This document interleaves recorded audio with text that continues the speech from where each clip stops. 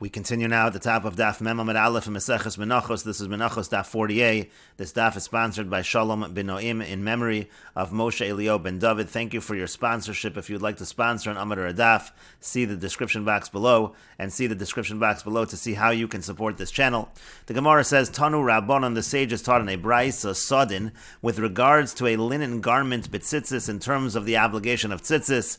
We have a machlokas Tanoim as follows: Beis Shammai potrin uBeis Hillel mechayiv.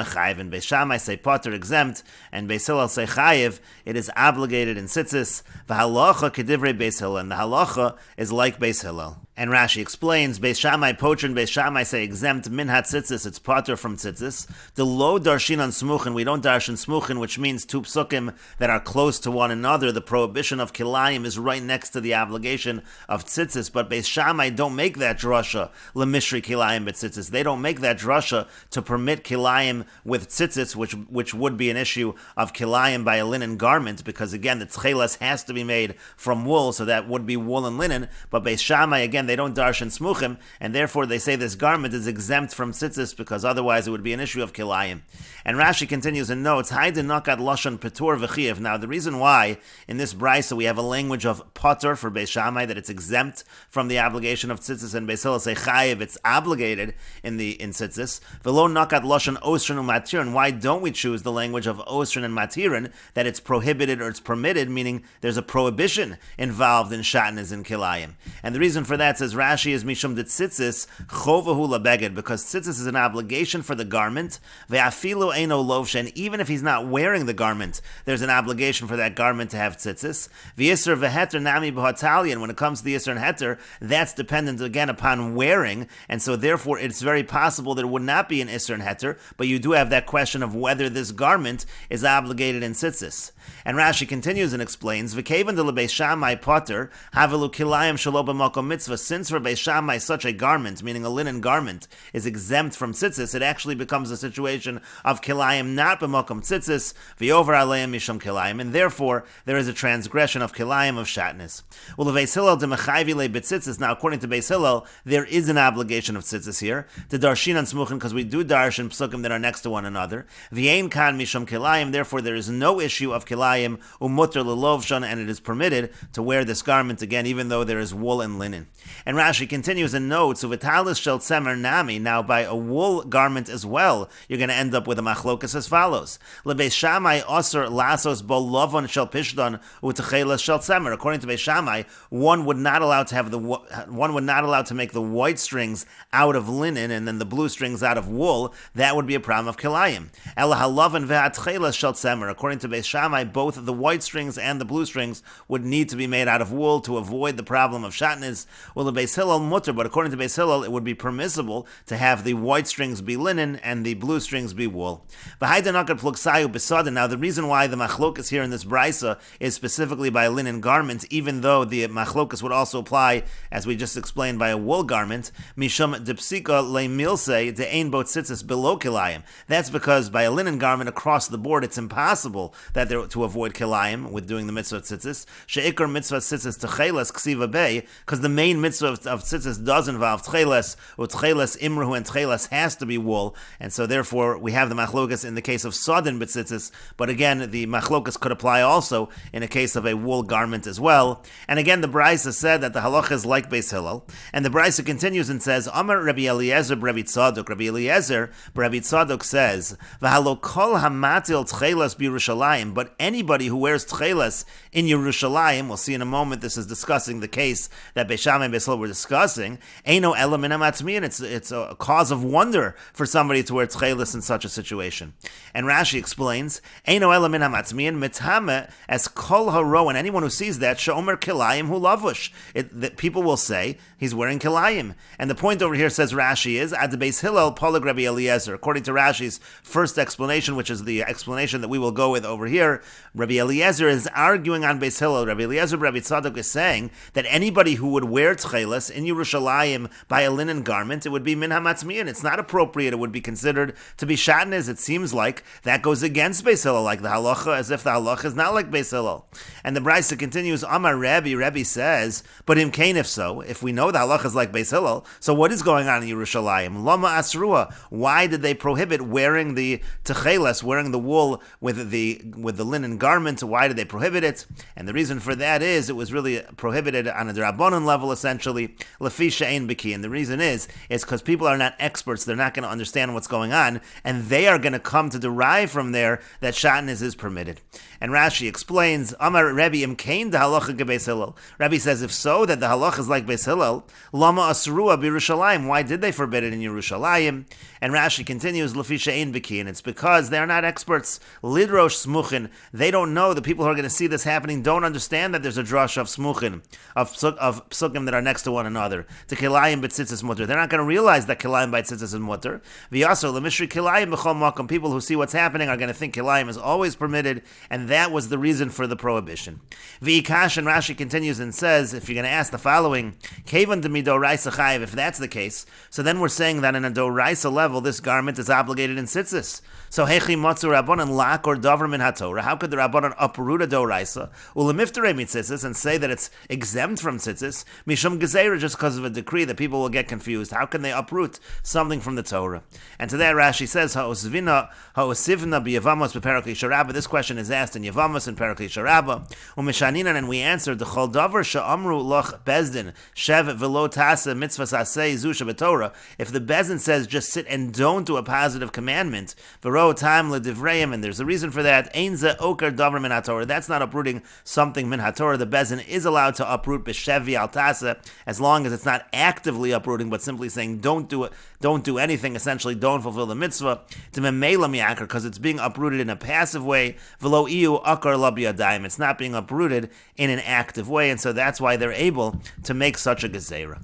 But the Gemara continues, Amar le Rava bar Rav Chana le Rava. Rava bar Rav Chana said to Rava, V'lirmu be'asara v'nafku l'shuka u'mefarsa l'mil. So what's this gezerah that people will be confused? Just have 10 people go out to the marketplace wearing this linen garment with tzitzis, and they should spread the word that it's permitted because of the mitzvah of tzitzis. Why not solve the problem in that manner? And Rashi explains, "V'nefarsima lemil say the kilayim b'tzitzis mutter." Simply spread the word that kilayim b'tzitzis is mutter. Why do we have to make a gezerah? That's the question. And the Gemara continues and says, one second, kol shekain to mitamu love. And if you do that, then people are just going to be even more surprised. They're going to see more people wearing it. Rashi explains, kol shekain to mitami love and the amri anoshim hagunim kaelu lovshim kilayim. People are going to say proper individuals like this are wearing kilayim. That's not going to help. And so the Gemara continues and says, still, v'lidrish of b'pirka, why not just darshan it? B'pirka means to say in the public shir, just pronounce it in the public shir, explain what's going on. And the Gemara says to that the reason is gezerah mishum kala ilan. The real reason, the real issue is there's a gezerah, a decree, lest someone will use indigo. In other words, they're not going to have real tcheles, they're not going to have proper tcheles from the chilazon. Instead, they're going to have kala ilan, which is blue, which is a wool that's dyed blue through indigo. That's not going to be a fulfillment of the mitzvah, and that's actually our concern. Then it actually will be a problem of kilayim, because it won't be a proper fulfillment of the mitzvah. And Rashi explains it's a gezerah because of kala ilan, indigo. Tzeva hisha doma l'tcheles. This was a dye that was similar to tcheles. V'sharis shel tcheles besadin. And if you're going to permit tcheles by linen garments, so here's the actual concern. Asi lemir mitzemar tzavua b'kala ilan. People are going to come to use wool that's dyed with this indigo. V'have kilayim shelo b'makom mitzvah. There's a concern that it will be kilayim shelo b'makom mitzvah. But the Gemara continues and asks, what difference does that make? V'lo yehei elalav, and even if one were to use indigo, so it's not proper tcheles, so let it be no worse than white strings.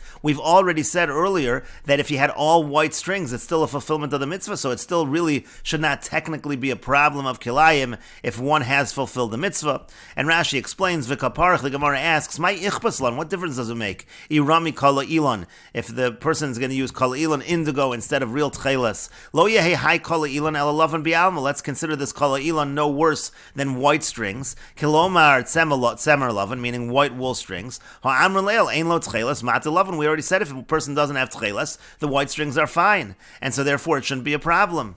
And Rashi continues, and Mashani, the Gemara answers, it's about to answer, Kevan de efshar b'mino, if it's possible to do it properly, Kevan de l'shem lavan efshar loses chute pishton, lo raminan lavan de tzemer b'sadin, since it's possible for the white strings to be made out of linen, so it actually is problematic to have white strings made out of wool if that's going to cause an issue of kilayim in this linen garment, and therefore it actually will be a problem in terms of shatnez. And the Gemara continues and answers, as Rashi just said, Kevan de efshar b'minon, since it's possible for the white strings to be made out of the same type of material as the garment itself, again talking about a linen garment, so then no, that actually is going to be a problem if one is going to use wool strings with kala ilan, which effectively is the same as white strings, but now there was no reason to use wool, because linen should have been used, so that actually is problematic. Kid Reish Lakish, like Reish Lakish, the Amar Reish Lakish, because Reish Lakish said, Kol mokom shatamotzi asay velos asay. Anytime you have a conflict between a positive commandment and a negative commandment, which is exactly what's happening over here, you have the mitzvah of tzitzis, you have the prohibition of kilayim, of shatnez, if you're able to fulfill both of them, if you can find some kind of solution, that's good. And if not, yavo asay v'yirches los asay, then the positive commandment can push off the los asay, the negative commandment. But again, in this case, since there is a solution, one can have white strings of linen, therefore the asay is not docha the los asay, and you have this problem of violation. But the Gemara continues and asks, v'liv dekua, why is this really a problem of kala ilan? Why not simply inspect it? And Rashi explains, and we will go with the second explanation of Rashi, lishna achrina, v'liv dekei niskon rabbanan shel yikach adam tchelas, the rabbanan should simply make a takana, that no one should ever buy tchelas, elim kein badka, unless it's inspected to make sure that it's not indigo. To ha'efshar deliv dekei, because it is possible to do an inspection, kidalakamon, like we're going to say later on, shemei v'gilo shevelilto, we'll say this later in the Gemara, and so therefore, since inspection is possible, why are we concerned that kala ilan is going to be used? And so the Gemara continues and says, Ella rather, the gezerah is as follows, gezerah mishum te'ima, it's a gezerah mishum te'ima, and Rashi explains, Ella gezerah mishum te'ima means as follows, pa'amim sheyimchuru l'tchelas shel nisayon, shenitzva l'nasos boas hayora, sometimes you had a piece of wool which was tested, it was used to test the dye, to make sure that the dye was working properly, that the blue dye was working properly. V'amrina l'kamon, we're going to say later on, that piece of wool, since it wasn't really dyed lishma for the purpose of the mitzvah of tzitzis, that's disqualified. Obviously, this can't be inspected in any way. And so now, if you use that piece of wool for the tcheles, that's not going to be a fulfillment of the mitzvah, and then that's kilayim shelo b'makom mitzvah, and that actually is our concern. But the Gemara still continues and asks, V'lichdava adiske, and Rashi explains the question, V'nichdava adiske, write on letters, L'shloach ba'osan hamakomos shetzoven ben tcheles, send letters to those places where they dye the tcheles, havu yoden, that you send a letter which says you should know, Sha'ati'ima psula, that the wool that's used for testing the dye, that's puzzle, that's disqualified, it can't be used for tcheles. U'me'achar shu'at soven yoden bedavar, now once the people who do the dyeing are aware of this, that can't be used, nismoch alein, we can rely on them. Now, over here, why not simply say to darshan it publicly in the speeches? Why say send letters? Here we can't say to make public drashas about it. Because